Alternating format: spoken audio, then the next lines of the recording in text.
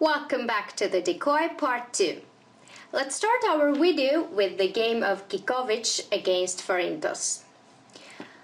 White has a rook and 2 pawns for 2 pieces, but black's pieces are very passive.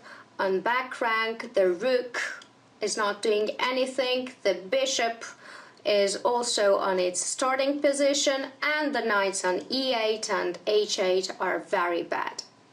But if black has time to develop, and for example the pawn on d6 is under attack, and if black has time to take the pawn on d6 and develop with bishop e6, knight g6 and rook c8 or king d7 and rook on open file, then I think that black will have normal position. But white has a little tactic here. As the pieces are all on back rank, white has a right to sacrifice, because when there are good pieces, there are always good combinations. Rook c8. So what is the idea of rook c8? Rook c8 forces black to take the rook on c8 with the rook, because after king c8 the knight on e8 is hanging, and also white wins a lot of material, the knight on e8 and the rook on a8. So after rook c8, and what was the point of rook c8? Just to give black the piece? Of course not. d7. This is a typical decoy.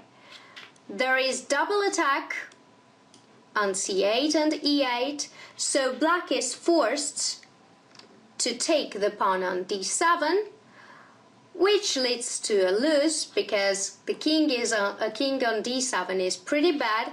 After bishop g4 check, there is no defense. f5 doesn't work because of bishop f5. King has to go somewhere where it protects the rook on d8.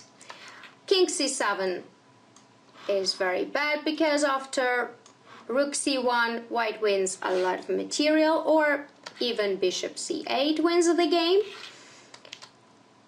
So after king d8, bishop takes c8, and we see that king takes c8 is bad because of rook e8, king d7, rook takes h8, and white has an extra rook. So after bishop c8, knight d6 was played in the game, and after bishop h3 it is very easy for white to win the game, and eventually white won the game. Let's see another lovely example, the game of Friedman against Thompson. Very complicated position.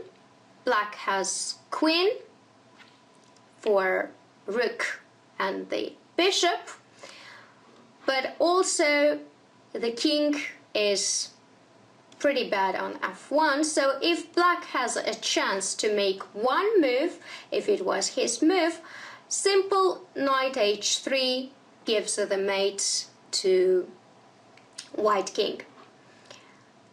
So white has to hurry up and do something useful.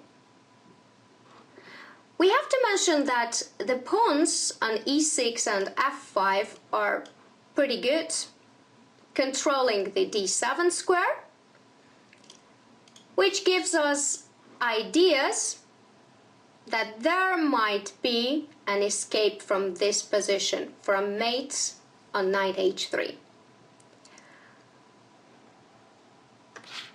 Knight b6.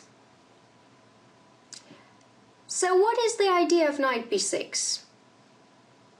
If he takes, a takes b6, then this bad bishop, which is actually not doing anything on a1 and is blocked by the rook on b2 gives a mate. Let's see how.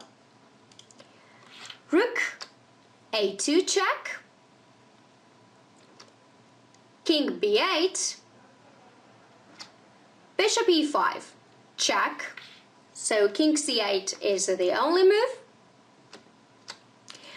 And as we mentioned that the pawn on e6 is very strong, controlling the d7 square, then white gives a mate on a8. So after knight b6, king b8 is pretty forced because ab we saw is no good and runs into mate. And here white has two options, either to give perpetual check with knight d7 and king has to go back to a8 because after, for example, king c8, there is rook c2, black king cannot go anywhere except d8. Now again the bishop on a1 is strong on h8 diagonal, so after bishop f6, king e8, there is a mate on rook c8. Or after knight d7, king a8, knight b6 and king b8, white has another option, which is more complicated, I think. After very beautiful move, rook h2. Now the queen is kinda trapped, so it has to take the rook on h2. After bishop e5, there is double attack, so king cannot go anywhere because it's mate if black doesn't take the bishop on e5. And again double attack, knight d7, king c8 and knight e5. But here, after knight d7, king c7, knight e5, knight e2 and e7 or king f2 leads to a complicated draw. Why king c8 was bad here is because after knight e5, knight e2, e7, knight g3, king f2, knight e4, king f3, knight f6, there is simple king f4, and after knight d5, king g5, knight e7, f6, white's pawn is promoting to the queen.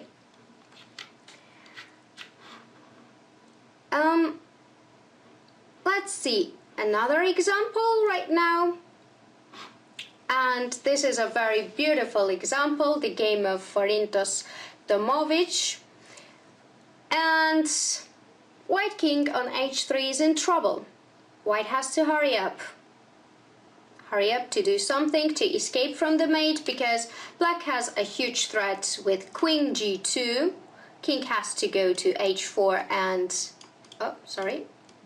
queen h2 mate, and white cannot defend this comfortably. So there is an escape, which is very good. Escape from the mate, gives the mate to black king. Rook h8. The idea of rook h8 is to lead the king on back rank, then to be able to give check. King h8, queen f8, king h7 is pretty forced, queen f7, king h8, queen f8, king h7, and now I hope you can see the mating too.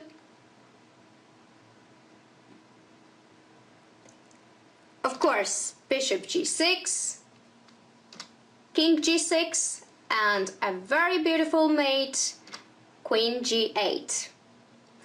I hope you enjoyed the videos. See you next time. Bye bye.